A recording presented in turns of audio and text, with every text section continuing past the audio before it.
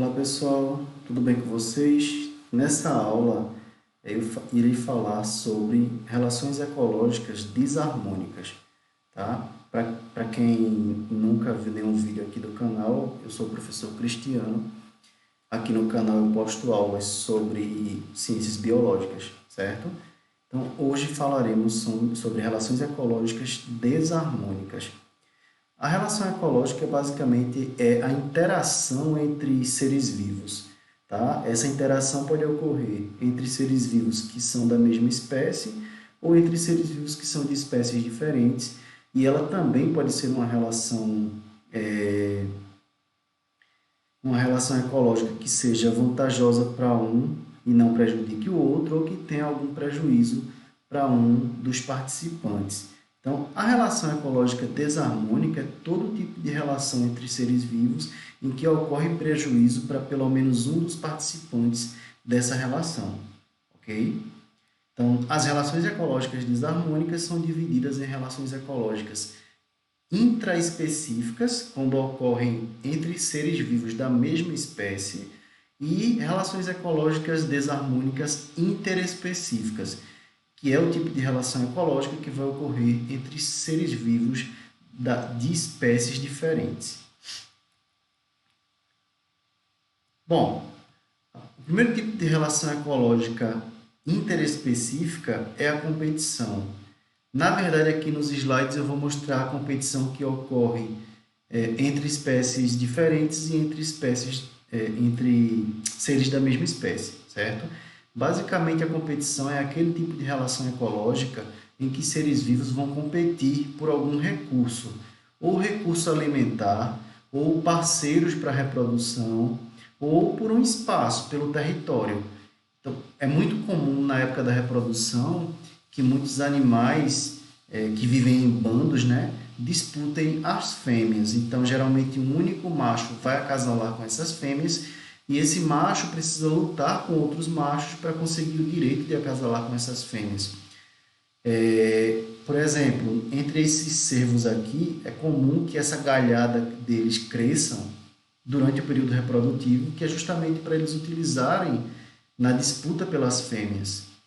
Mas a relação ecológica competição pode ocorrer também por disputa de alimento, que é o que ocorre, por exemplo, entre leões e hienas. Os leões e as hienas vivem nas savanas e eles competem pelos mesmos recursos alimentares. Então, em muitas situações, os leões vão atacar as hienas para roubar o alimento delas, ou as hienas vão atacar os leões para roubar o alimento deles.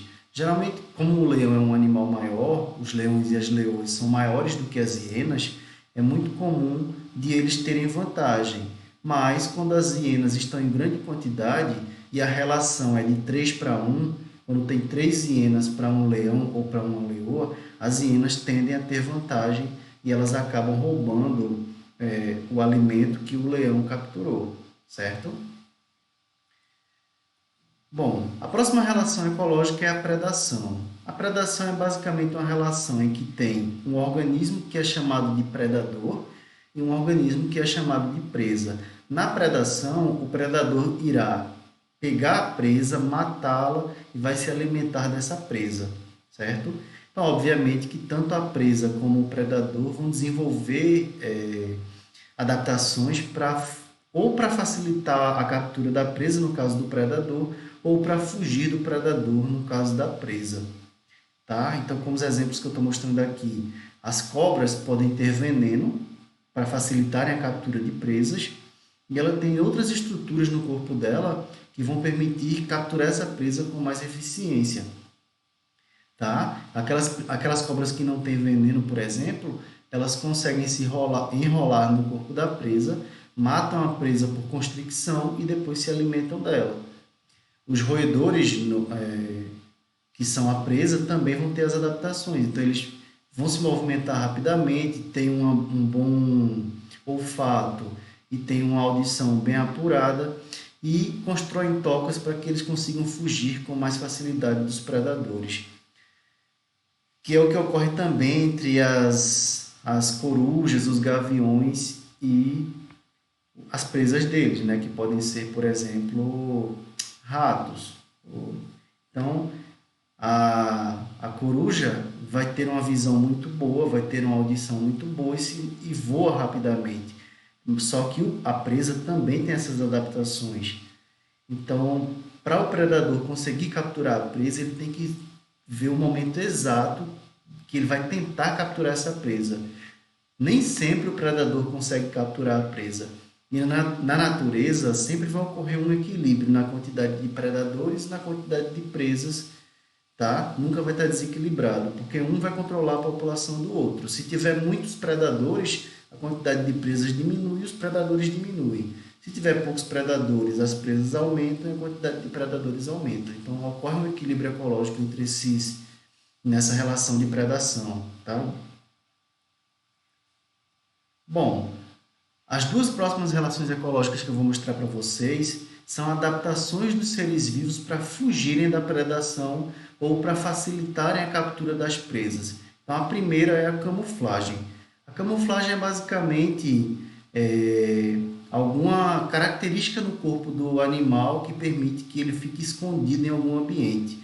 Então, ou será a coloração que o corpo desse animal tem ou o formato do corpo. Por exemplo, esse sapo aqui tem uma coloração parecida com o ambiente onde ele está. Então, se o predador passar rapidamente e não for muito atento, ele não vai conseguir ver esse sapo neste ambiente.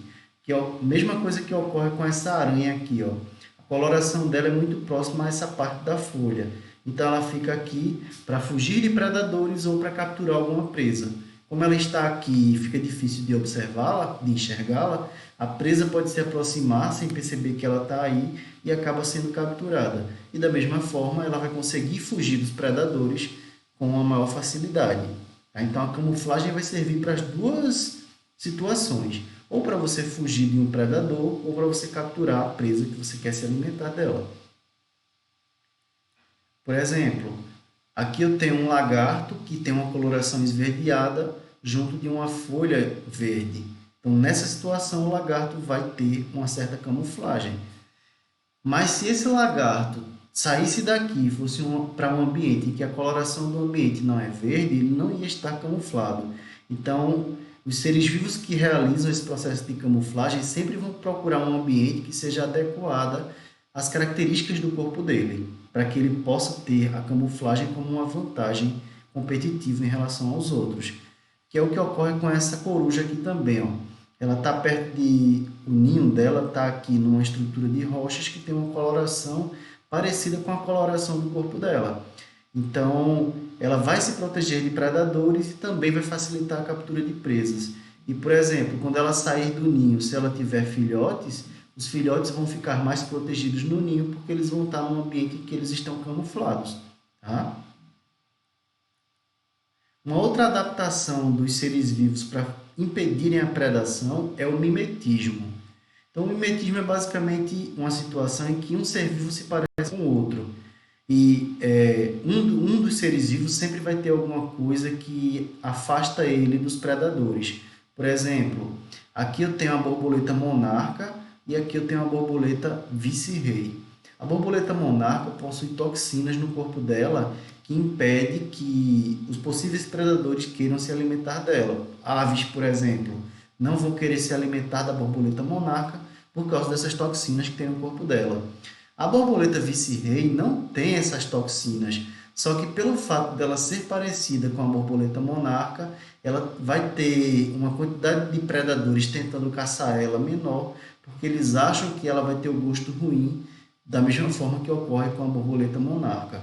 O mimetismo também ocorre entre a cobra coral e a cobra falsa coral. A cobra coral tem um veneno potente, então os predadores evitam ela. Não que ela não tenha predadores, mas a maioria dos predadores que poderiam tentar se alimentar dessa cobra vão evitá-la por causa da toxicidade do seu veneno. E a falsa coral, que tem um veneno bem mais fraco do que a da coral verdadeira, também vai ficar protegida de muitos predadores por ter a coloração parecida com a coral verdadeira. Bom, uma outra relação ecológica é o parasitismo. Nessa relação ecológica, sempre vai ter o parasita e o hospedeiro, tá? Então, esse parasita vai se alimentar de alguma coisa do corpo do hospedeiro, tá?